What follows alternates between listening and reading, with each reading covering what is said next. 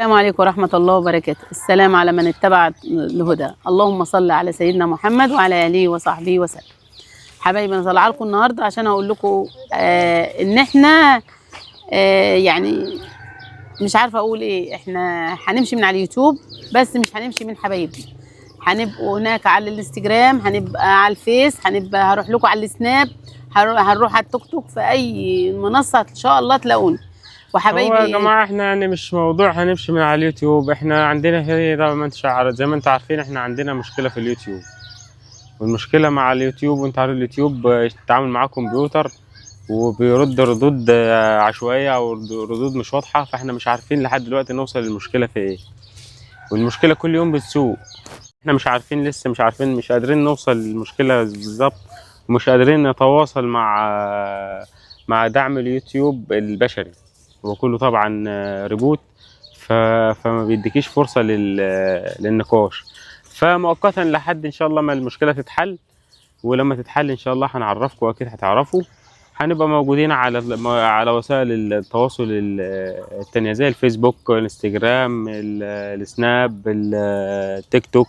هنبقى عليهم كمان. هنبقى موجودين، وصفحاتنا على الفيسبوك الأساسية موجودة بأسامي القنوات بتاعتنا زي ما هي، وعليها الإشارة الزرقاء يا جماعة. قنوات صفحاتنا على الفيسبوك على الإشارة الزرقاء عشان لو حاجة، لأن في كتير قنوات كتير بأسامينا مش بتاعتنا طبعا، فبتاعتنا هتلاقوها كلها على الإشارة الزرقاء.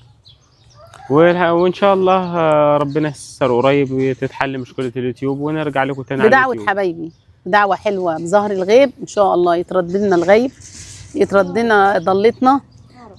وأنا القناة دي ما كانتش لنا ولبيتنا وعيالنا بس، ده كانت لبلدنا بحالها. يمكن كانت باب رزق لليتامى والغلابة للبلد. فدي يمكن خير، يمكن دفع بلا عن بيتي وعن عيالي. يمكن كانت هتحصل حاجة وربنا فداها بكده، بس إن شاء الله إحنا وياهم، وهنتنينا نتواصل لحد ما القناة إن شاء الله ترجع بدون مقاطعة بإذن الله. ورزق الغلابة اللي في البلد، رزق الناس اللي انفتح بيوتها بسبب القناة دي، بعد ربنا جعل القناة دي سبب فتح باب رزق للناس اللي في البلد. فأنا ده اللي مزعلني والله. هو ربنا، احنا الحمد لله، يعني الحمد لله احنا مستورين، لكن هي كانت فتحة باب رزق، كانت بتشجع الناس على كانت بتشجع يعني يمكن احنا اتعلمنا ازاي نعمل الخير مع الناس دي. يعني الناس علمتنا كمان ازاي نتسابقوا على فعل الخير. وحب الناس لنا ده هو كان نعمة من عند ربنا. وانا يمكن اعوذ بالله من كلمة انا، اللي حبايبي كانوا بيشجعوا بعضهم، كانوا بيشوفوا حد عمل يقول لك انا عايز اعمل، وده كان كله رزق الغلابه. يا رب رزق الغلابه ما ينقطعش، ورزق الناس البسيطه ما تتقطعش، ورزق اليتامى اللي ربنا جعل لهم رزق كل يوم ما ينقطعش يا رب.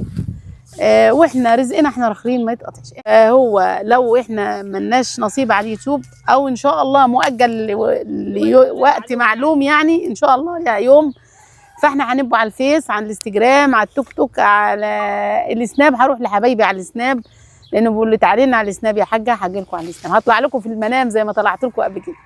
فكانوا حبايبي معايا في المنام على طول. ربنا يخليكم ليا وما نحرمش منكم. واللي عمل اليوتيوب وطلعنا عليه بدون اي حد يساعدنا هو ربنا. فان شاء الله نطلعوا معاكم في كل المنصات ان شاء الله. واللي عايز سؤال، عايز معلومه، عايز حاجه يسالنا، واحنا نطلع لكم نردوا معاكم ان شاء الله. ادعوا لنا دعوه حلوه بظهر الغيب، ان ربنا يجبر خاطرنا وخاطر اللي حوالينا كلها، مش احنا بس، خاطرنا وخاطر اللي حوالينا كلها. يلا، السلام عليكم ورحمه الله وبركاته.